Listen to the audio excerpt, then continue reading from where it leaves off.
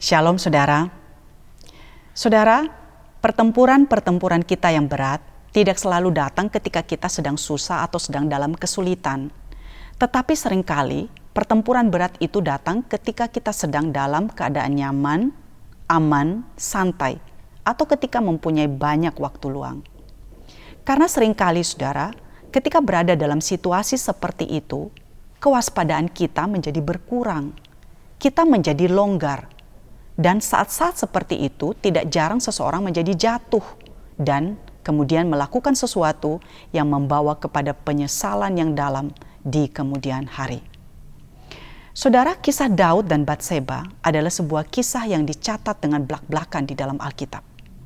Alkitab mengisahkan bagaimana kegagalan dan kejatuhan pria yang disebut sebagai orang yang berkenan di hati Allah ini tanpa ditutup-tutupi, saudara.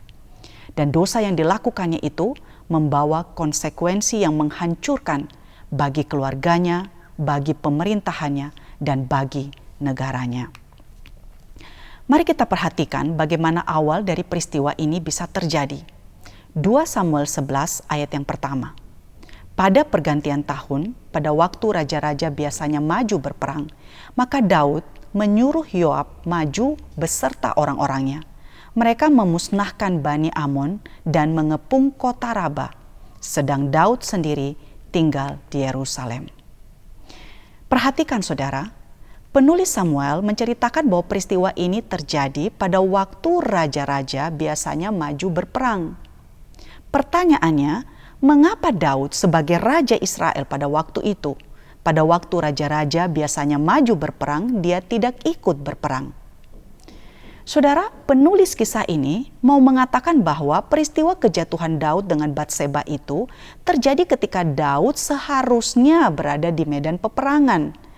Perzinahan itu terjadi ketika Daud tidak seharusnya berada di istana pada waktu itu.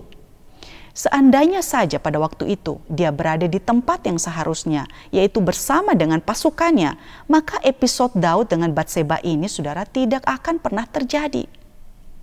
Dan ketika Daud berjalan-jalan di atas sotoh istananya, ketika ia sedang menikmati suasana dan pemandangan, ketika dia sedang santai, ketika sedang tidak sibuk, di saat itulah tampak kepadanya dari atas sotoh itu seorang perempuan sedang mandi.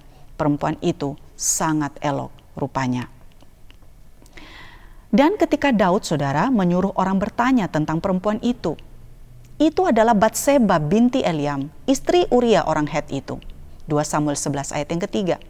Hamba yang memberikan informasi itu, saudara, memberi penekanan bahwa perempuan itu sudah menikah. Dia sudah punya suami. Dia adalah istri Uria orang Het itu. Namun Daud, saudara, tidak mempedulikan semuanya itu. Dia tidak mempedulikan peringatan yang diberikan kepadanya, dan di dalam 2 Samuel 11 ayat yang keempat-a kemudian mencatat, sesudah itu Daud menyuruh orang mengambil dia. Perempuan itu datang kepadanya, lalu Daud tidur dengan dia. Saudara, kemana Daud yang sebelum-sebelumnya kita kenal sebagai seorang yang takut kepada Allah?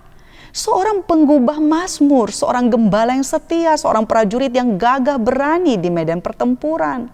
Kemana Daud yang selalu mengandalkan Tuhan? Kemana pribadi Daud yang memimpin bangsanya kepada kebenaran? Mengapa dan bagaimana mungkin dia bisa jatuh dalam perzinahan dengan Batseba itu? Mengapa dia sama sekali tidak mempedulikan peringatan yang disampaikan kepadanya tentang perempuan itu? Saudara, bukankah itu yang sering dan biasanya kita alami ketika melihat seseorang jatuh di dalam dosa? Kita bertanya, bagaimana mungkin dia melakukan itu? Dia kan seorang yang baik. Dia orang yang selalu rajin ke gereja. Dia seorang pelayan, dia seorang majelis. Dia rohaniwan dan saya mengenalnya sebagai seorang pemimpin teladan. Bagaimana mungkin dia melakukan itu? Nah saudara, ketika bicara soal dosa, maka kita tahu bahwa tidak ada seorang pun yang kebal. Semua orang, siapapun dia, orang Kristen biasa, orang Kristen yang taat, seorang jemaat yang rajin ke gereja, seorang pelayan, bahkan seorang rohaniwan sekalipun, tidak ada yang kebal dan tidak ada yang tidak bisa jatuh. Kita sudah melihat contoh-contoh itu terjadi di sekitar kita, saudara. Ketika seseorang, termasuk seorang yang dekat kepada Tuhan, jatuh di dalam dosa, hal itu, saudara, tidak terjadi secara tiba-tiba dan mendadak. Louis Palau, seorang pengkhotbah dan juga penulis Kristen, pernah berkata, sama seperti tidak ada orang yang dalam satu malam tiba-tiba menjadi gemuk, demikian juga kejatuhan seseorang di dalam dosa. Saudara, kegemukan selalu dimulai dengan kebiasaan tertentu. Makan pizza sekali, dan kemudian berkali-kali. Atau ice cream hari ini, ice cream besok dan besok lagi. Kita biasanya tidak menyadarinya sampai suatu saat seseorang mengatakan, kamu gemuk, perutmu sudah buncit. Nah sebenarnya saudara, celah dosa telah dimulai dalam fase-fase kehidupan Daud sebelumnya. 2 Samuel 5 ayat 13 mengatakan, Daud mengambil lagi beberapa gundik dan istri dari Yerusalem. Setelah ia datang dari Hebron, dan bagi Daud masih lahir lagi anak-anak lelaki dan perempuan. Nah saudara, di dalam Ulangan 17 ayat 14 dan ayat 17, Tuhan sudah memberikan persyaratan yang jelas bagi Raja Israel.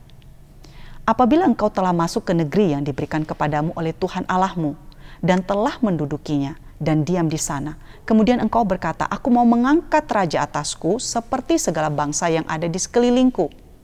Juga janganlah ia mempunyai banyak istri, supaya hatinya jangan menyimpang. Saudara, Tuhan sudah memperingatkan sebelumnya. Janganlah ia memiliki banyak istri. Mengapa? Karena hal itu akan mengalihkan hati raja dari Tuhan. Dan jauh sebelum Daud tinggal di Yerusalem, di Hebron, dia menambah banyak gundik dan istri, saudara. Ketika menjadi raja, ia menambah banyak wanita dan nafsu yang ada di dalam dirinya tidak dapat dipuaskan dengan istri-istri dan gundik-gundik yang semakin bertambah itu. Yang terjadi adalah sebaliknya, justru nafsunya malah makin bertambah. Dan ketika dia melihat Batseba, ia lupa bahwa dia adalah anak Allah. Ia lupa semua pelajaran dan pengalaman masa mudanya selama bertahun-tahun. Ia melupakan Allah. Dosa seringkali dimulai dari hal yang kecil, saudara.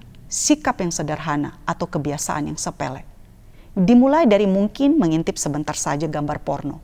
Kemudian melihat film atau video hanya sekali saja. Membaca selembar atau beberapa lembar novel yang sensual. Hal-hal yang kecil dan sepele. Hal-hal yang awalnya menurut kita tidak berbahaya. Atau kadang-kadang juga ketika kita berpikir melanggar atau tolerir sekali ini saja. Karena hanya sebentar, hanya sepintas, hanya sedikit saja. Namun saudara, jika kita tidak segera menghentikan dan lari daripadanya, maka hal itu akan menghancurkan kita. Menghancurkan sampai sehancur-hancurnya tanpa ampun. Dan itulah yang dialami oleh Daud. Saudara, Dietrich Bonhoeffer memberi nasihat yang bijaksana bagi kita dalam menghadapi pergumulan ini. Alkitab mengajarkan kepada kita pada saat pencobaan di dalam kedagingan, hanya ada satu perintah, larilah. Lari dari perzinahan, lari dari pemberhalaan, lari dari nafsu orang muda, lari dari nafsu dunia. Tidak ada pertahanan terhadap iblis di dalam nafsu selain dari lari. Setiap perlawanan terhadap nafsu dengan kekuatan sendiri akan mengalami kegagalan. Saudara, jika kita tidak lari, maka kita akan jatuh. Yusuf lari ketika digoda oleh istri Potifar. Entah apa yang akan terjadi padanya pada saat itu jika dia tidak lari. Nah, Daud berdiri di atas soto istananya. Ketika dia melihat Batseba yang sedang mandi itu, boro-boro dia lari. Dia membelalak. Dan ia buta akan hasratnya itu. Dan akhirnya membuahkan dosa perzinahan. Saudara, setiap dosa pasti mengandung konsekuensi. Ada yang membawa konsekuensi yang kecil. Namun ada juga yang membawa konsekuensi yang berdampak besar yang harus ditanggung seumur hidup. Minggu depan kita akan melihat dan akan merenungkan kelanjutan kisahnya. Dari kisah Daud ini, saudara, kita melihat bahwa setiap saat kita bisa jatuh. Dan kadang-kadang kejatuhan itu terjadi di saat hidup kita sedang tenang, aman, tidak ada pergumulan. Semua sedang lancar-lancar, sehingga kewaspadaan kita menjadi berkurang. Dan kita melihat saudara bahwa dosa itu biasanya tidak terjadi secara mendadak dan tiba-tiba. Jika hal itu bisa terjadi kepada Daud, maka hal yang sama juga bisa terjadi kepada setiap kita, kepada saudara, kepada saya. Kiranya Tuhan menolong, memelihara, dan kita selalu waspada dan bergantung selalu kepada Tuhan di setiap langkah-langkah kehidupan kita. Amin.